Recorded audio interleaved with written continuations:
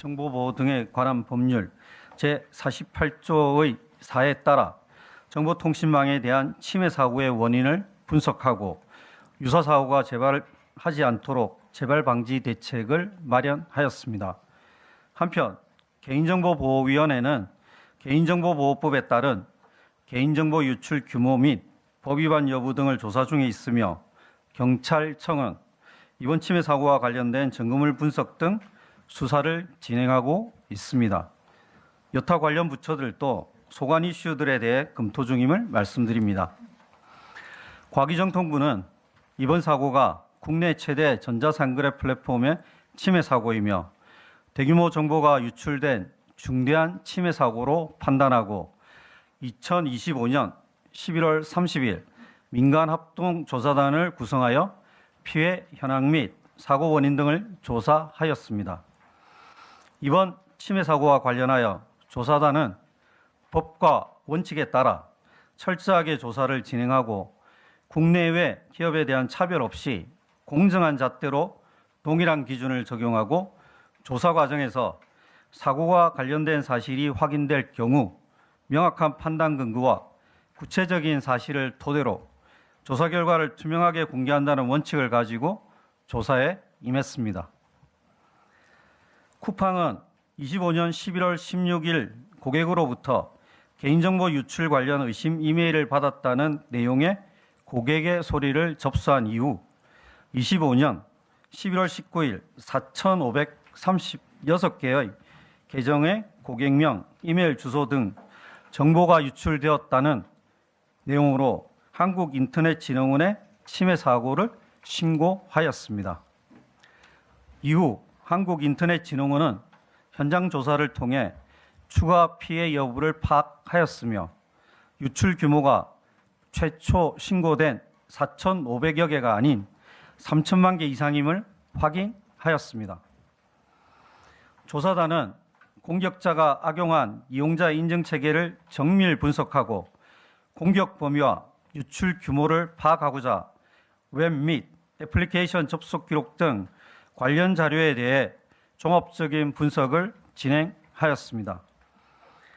쿠팡으로부터 제출받은 공격자 PC 저장 장치 HDD 2대, SSD 2대와 현재 재직 중인 쿠팡의 개발자 노트북에 대한 포렌식 분석도 병행하였습니다.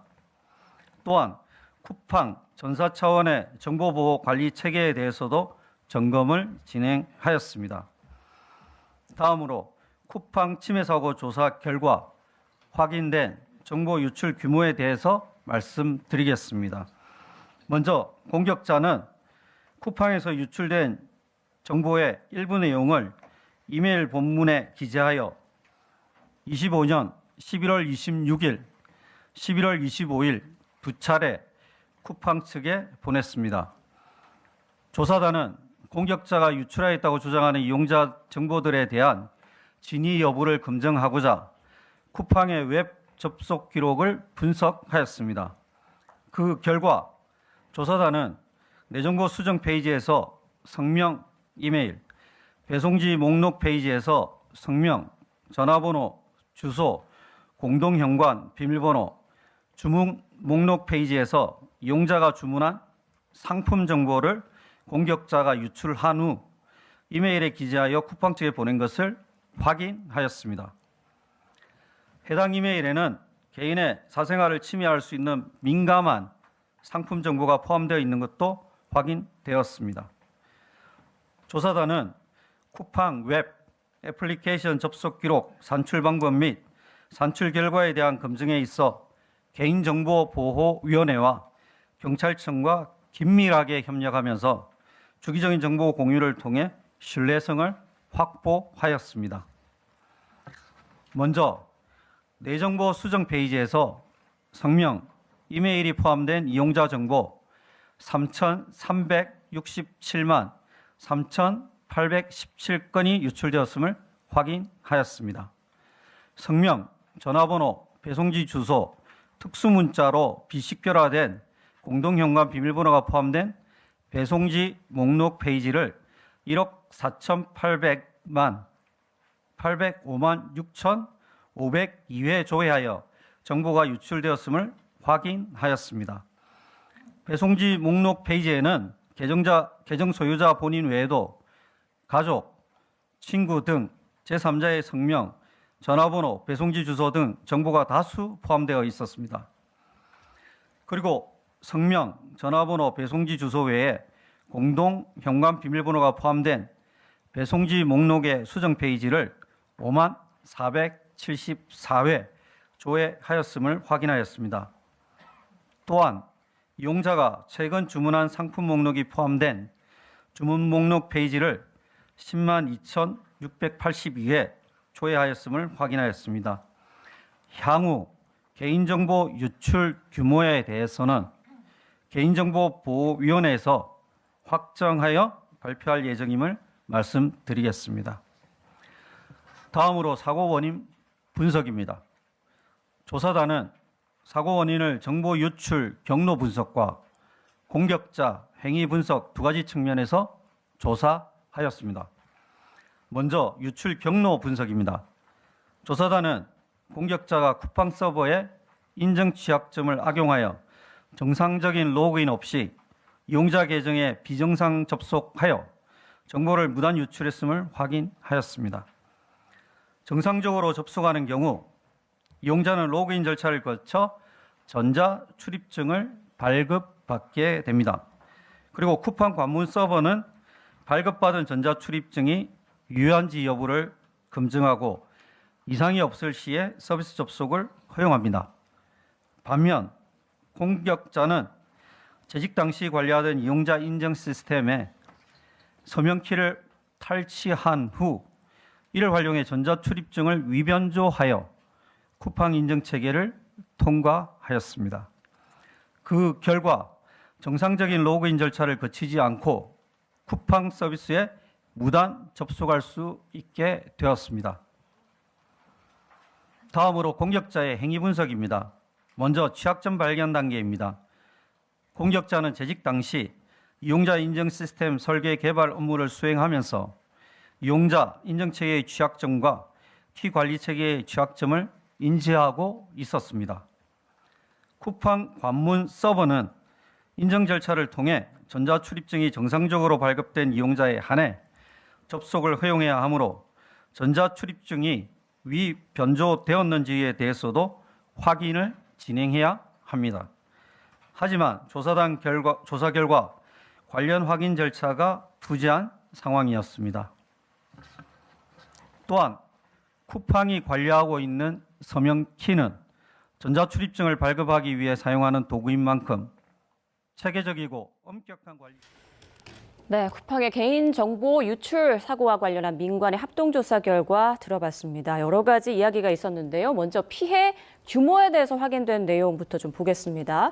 유출 규모가 쿠팡 측에서 얘기한 4천여 개가 아닌 3천만 개 이상으로 확인됐다라고 말을 했습니다. 그리고 쿠팡 전직 직원이죠. 공격자라고 일컬었는데 이 공격자가 고객 이름과 이메일 3,367만여 건을 유출했고 전화번호와 주소 1억 4천만 회를 조회, 그리고 공동현관 비밀번호가 포함된 배송지 목록 수정 페이지를 5만여 회, 주문 목록 페이지 10만여 회를 무단 조회한 것으로 드러났다라고 밝혔습니다. 네, 이제 쿠팡 이용자 정보는 3천만 건, 3,367만 건이 유출된 것으로 확인됐다고 말했는데요.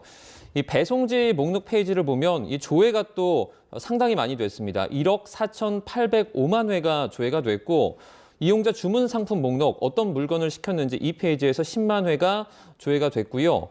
지금까지 알려진 이 다양한 어떤 그 유출 피해 부분 관련해서도 이 정확한 규모는 향후에 개인정보보호위원회에서 확정을 할 것이라고 말했습니다. 그리고 지금 그 유출한 것으로 알려진 그 공격자 같은 경우에는 사실 당시에 이제 쿠팡 서버 인증 관련해서 그 이 취약점을 악용해서 이렇게 정보를 유출한 것으로 빼낸 것으로 확인됐다라고까지 말했습니다. 네, 그러니까 쿠팡 개인정보 유출 사태는 정상적인 로그인 과정 없이 것이 이용자 계정에 접근할 수 있는 부실한 인증 시스템 때문에 빚어진 거다라고 발표를 했고요.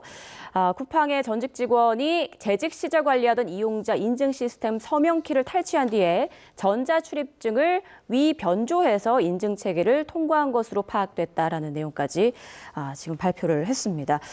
어떻습니까, 변호사님? 이게 알려진 것보다 상황이 더 심각한 것 같은데 무엇보다 개인정보, 그 고객 이름, 전화번호, 주소 등이 1억 건 넘게 무단 조회됐다. 이 부분이 2차 피해로 이어질 가능성도 있을 것 같거든요. 그렇습니다. 쿠팡이 내부적으로 조사했고 또 국민들에게 설명한 내용과 매우 차이가 나는 결과라는 점에 있어서는 쿠팡이 피해 사실에 대해서 굉장히 축소해서 조사 발표를 했다라는 점에 대한 비판은 여전히 따를 것이라고 보이고, 놀라운 사실은 유튜브뿐만 아니라 특정한 어떤 정보들에 대해서 계속적으로 무단 조회를 했다고 하는데, 도대체 왜 이렇게 개인정보에 대해서 조회수가 많았는가에 대한 목적이 굉장히 궁금해지는 상황이기 때문에 네. 목적이 불법적인데 사용하거나 유출할 생각이 있었다라고 한다면 2차 피해에 대한 우려가 훨씬 더 커졌다라는 경각심은 충분히 가질 수밖에 없는 상황이고요.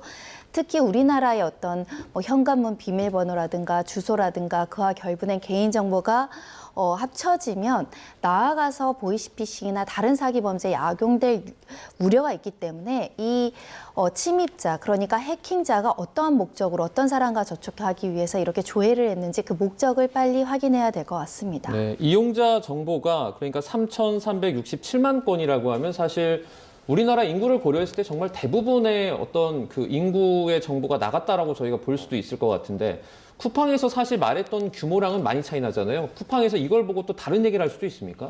일단 지금은 공식적인 발표이기 때문에 결과적으로는 이 발표에 따른 그 수치를 인정할 수밖에 없지 않나라는 생각이 듭니다. 이제 앞으로도 진행이 돼야 될 것이 과태료라든가 혹은 수사들이 진행이 돼야 되는데, 당연히 수사기관과 같은 곳에서는 지금 오늘 이 합동조사단에서 발표한 내용을 기반으로 해서 수사를 시작할 것이고, 사실 이 시점에서 쿠팡이 자기들이 초기에 발표했던 수치가 맞다라고 주장할 가능성은 상당히 낮지 않나. 특히나 이제 시간적으로 봤을 때도 보다 면밀한 조사가 진행이 되고 그 검토 결과가 이렇게 발표가 된 것이기 때문에 구체적인 그런 수치에 대해서는 아무래도 쿠팡 입장에서는 조금 반박하기 어렵지 않을까. 앞으로 이제 만약 어느 정도 쿠팡에서 의견을 낸다라고 한다면 결국 이렇게 유출되었다라는 그런 정보의 숫자를 따지는 것보다는 실질적으로 이제 관련된 2차 피해가 발생하지 않았다. 이 정보들이 예상했던 것만큼은 민감하지 않게 작용이 됐다. 이런 내용들을 많이 주장을 하지 않을까라고 생각이 됩니다. 네, 지금 정부에서는 쿠팡 측의 침해 사고 신고 지연에 대해서는 과태료를 부과하고 자료 보전 명령 위반에 대해서는 수사를 의뢰했다 이렇게 밝혔는데요. 이후 절차는 좀 어떻게 진행될까요? 네, 정보통신망법에 따르면 이렇게 자료 보전 명령을 내릴 수 있고, 이것을 그대로 이행해야 됨에도 불구하고 일부 자료에 대해서 훼손하거나 임의로 수사한다라는 명목하에 실제로 정보를 소실했다라고 한다면 그 자체가 범죄가 될 여지가 있고요. 그로 인해서 수사를 방해하거나 관련한 부분을 축소, 은폐하려고 했다라고 한다면 또 증거인멸죄까지 수사가 진행될 여지가 있기 때문에 네. 현재 정보통신망법으로 수사가 의뢰됐지만 그 진정한 목적이 증거인멸인가 여하에 따라서는 과태료의 범위 그리고 형사처벌의 확대가 달라질 가능성이 있다는 점 말씀드릴 수 있고요. 현재 이 정보통신망법을 포함해서 수사가 진행 중입니다. 관계자들에 대한 소환 조사가 이루어지고 있고, 이 침해 사고 이후에 후속 조치가 정당한 절차로 이루어졌냐 아니면 기업의 이익을 지키기에 급급했는가, 그 부분도 과태료 산정의 중요한 자료로 참작될 수 있기 때문에 수사 의뢰한 것으로 보입니다. 네, 자, 이번 우리 정부 결과 발표에 쿠팡 측은 또 어떤 입장을 내놓을지 좀 지켜봐야겠습니다.